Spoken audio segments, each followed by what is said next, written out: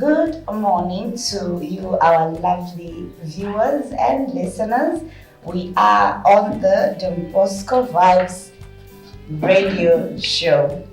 We are celebrating International Men's Day, which is going to be commemorated on the 19th of November. And to help us, I'm not alone in the studios. In our Don Bosco studios, I'm joined by the Don Bosco Vibes, and it's good to have you on our panel. And we start with our program for today. And our first question is, what is the purpose of a man according to the Bible? A man ought to be fruitful and multiply. Yes. In a way, most people would often mistake this God-given purpose of man for recreation without even planning. But if you go deeper in understanding this aspect of the purpose of a man, it will tell you that it's talking about the aspect of being productive as a man. Yes. Productive in the sense of you ought to be doing something as a man. You can't just be like, you just say, okay, no, I'm a man. But what really defines you as a man? You as a man. So that's why when the Bible talks of being fruitful and then go and multiply, multiplication in your productivity, the work that you do, be productive and multiply. Be fruitful in your way. Yes. Be, fruitful in whatever business that you engage in, and then multiply it. So it's talking about the aspect of being productive as a man. Then the other aspect, one, a man was created to have fellowship with God. Yes. And then two, to cultivate the garden. What this means is, before Eve came, Adam was working in the garden. That was way before God said, okay, a man needs a companion. He gave him something to do. A man needs to work. So you ought to be doing something even when these other things are coming to you. Yes. It will just be a bonus. So you ought to work, number one. The men out there, young people, young men especially, you ought to be doing something.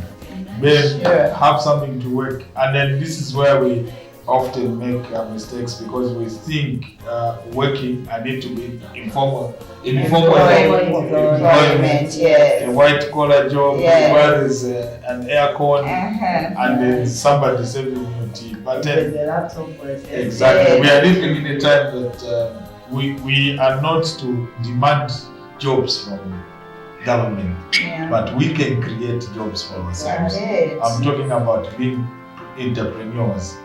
So we ought to venture into that. And the other aspect is on the fourth one, which is very important, to rule over the earth and all that is in it.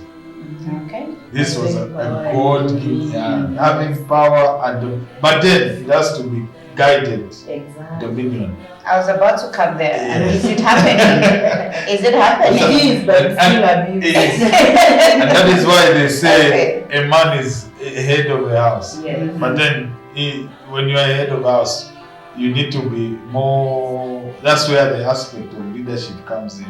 You know that as a leader in your home, do you listen to what others tell you for you to make a good leader? So having dominion and to rule over the earth. What we are talking about is maybe as a man in your home, when you are ruling, not having that, because people think when you are too strong in words, that is being a leader. Because at the end of the day, you'll be talking alone. If you are a leader, you are a man who talks the most in a relationship, the chances that you'll be alone talking are very high. I think another aspect is above all, a man's role is to glorify God in everything. Yes. I think that's one thing we need to know. Yes, fear of God and also glorifying Him in everything. Once you have that role, everything else follows, I guess. Yes.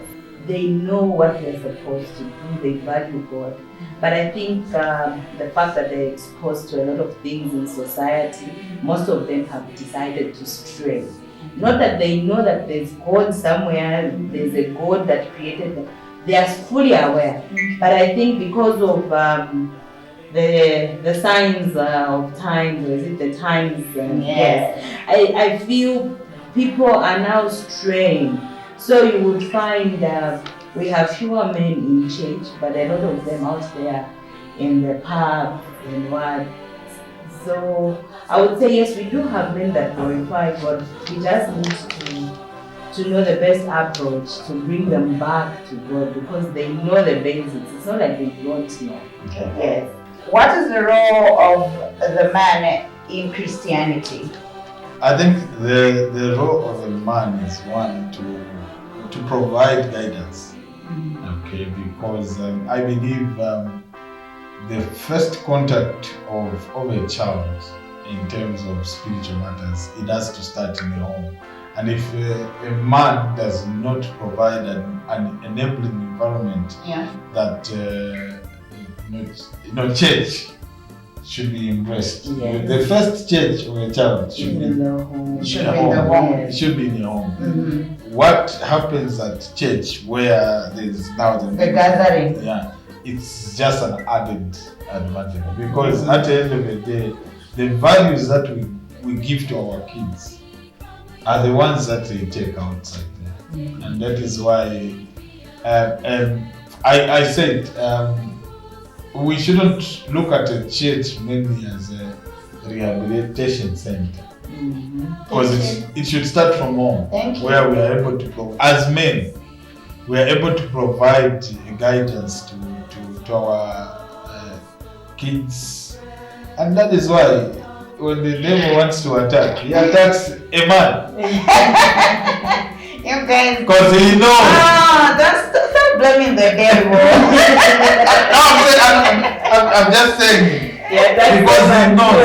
Yeah, that's exactly. Because he knows this is the leader of a home. Okay. Because this is where the children look up to this man. The kids look up to this man to provide guidance, direction to the family.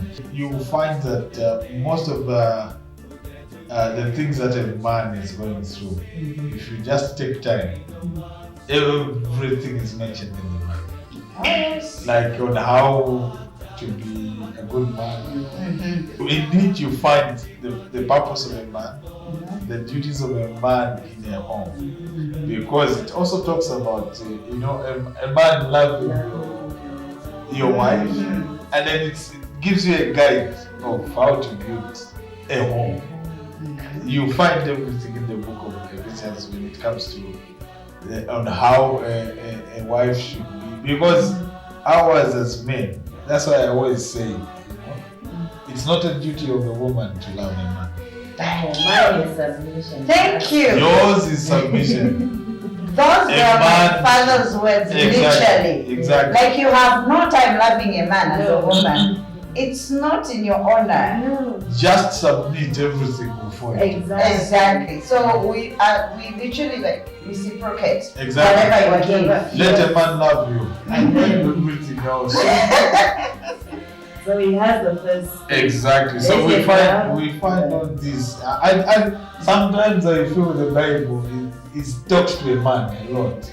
It does. Yes. So we have now these are my last. We have a great responsibility as men, as young men out there, because the world looks up to a man for guidance, for direction. So we ought to position ourselves in that direction. It's not too late. We may have had our own issues. It's not too late to claim our position as men, as young men who are responsible. And responsibility is there are two words in one. Ability to respond to the needs. of society, of family. So we ought to move in that direction as young men, as men in society. I'll end with a quote from Don Bosco. Sure. Yes, do not excuse your faults, try to correct them. And my last words will be, men, learn to communicate and learn not to be in competition. The only competition you have is you. Until then, thank you, panelists. Thank you. Thank you.